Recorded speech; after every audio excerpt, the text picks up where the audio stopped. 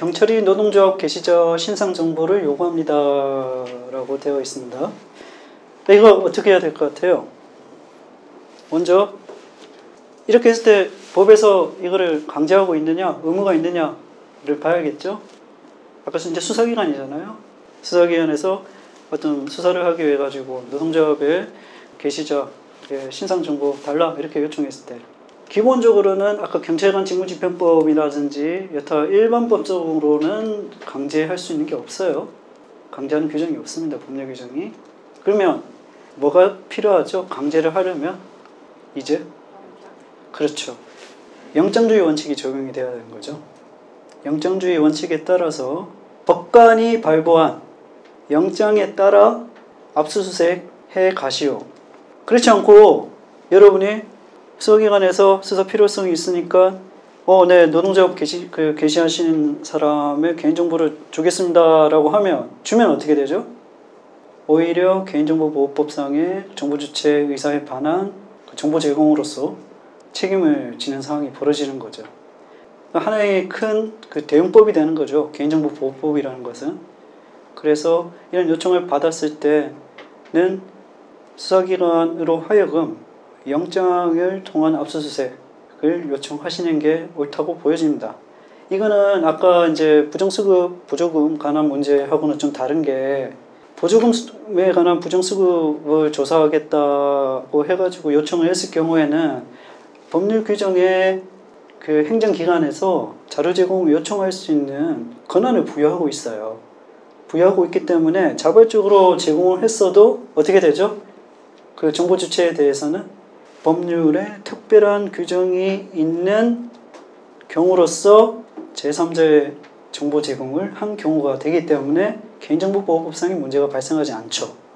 그런데 수사기관의 경우에는 아까 말씀드렸죠?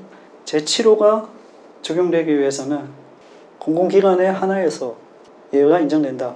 그렇기 때문에 수사의 필요성이 나름 있고 우리도 이거 빨리 협조해가지고 빨리 의혹을 털어버리고 어떤 이렇게 문제를 좀 조속하게 매듭을 짓고 싶다라고 하더라도 어떠한 법률적 근거 없이 정보주체 의사에 반해서 개인정보를 제공하는 경우에 해당이 되기 때문에 이거는 실제 정보주체에 의한 추궁이 있을 경우 책임을 면하기 어려운 지점이 있습니다. 여기서 좀 차이점이 있다는 거를 이해를 하시겠죠?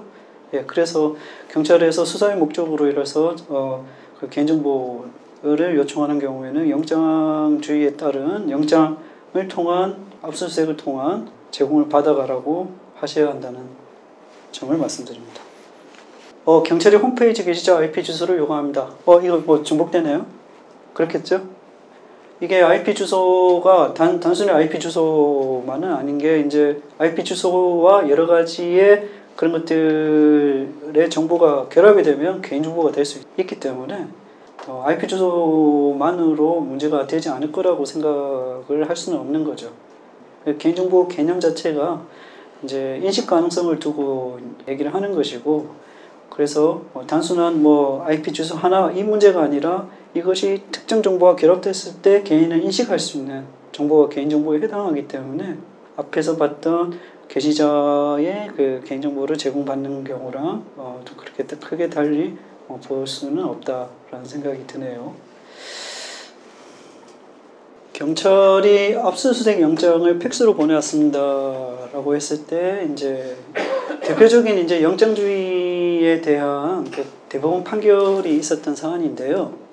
법원으로부터 압수수색 영장을 받아서 이제 이거를 실행을 하잖아요. 수사기관에서 실행을 하는 데 있어가지고 법률의 근거가 있어야 될 뿐만 아니라 아까 법에 의한 적법 절차를 따라야만 한다라는 대원칙이 규정되어 있죠. 헌법에서. 그래서 영장주의에 있어서도 영장을 집행하는 과정에 있어서 헌법상 규율하고 있는 적법 절차의 원칙을 준수해야 한다라는 부분들이 있습니다. 그래서 이제 압수수색 영장을 집행하는 과정에서는 반드시 소지자, 압수수색 대상이 되는 소지자, 가리자에게 압수수색에 관한 참여권을 보장을 해주어야 하고, 그 압수수색 대상자의 참여권 하에 압수수색 영장에 적시되어 있는 범죄 사실, 이제 범죄 사실이 간략하게 적시가 되어 있어요. 그래서 이 관련된 범죄 사실에 해당하는 대상에 한하여 압수수색 영장을 집행할 수 있습니다. 그런데 압수수색에 관한 통지 부분을 달랑 팩스로 보내와요. 팩스로. 압수수색 영장의 원본을 제시하지 않고 대상자에게 이 팩스로 보내오고 원본 제시 없이 우리는 그 통지를 하고 참여권을 보장했다라고 주장을 했으나 적법 절차 원칙에 따라서 엄격하게 준수되어야 될 영장주의의 내용으로서는 그 팩스로 통한 통지는 적법한 절차에 해당하지 않는다라고 법원에서 판단을 한 바가 있습니다.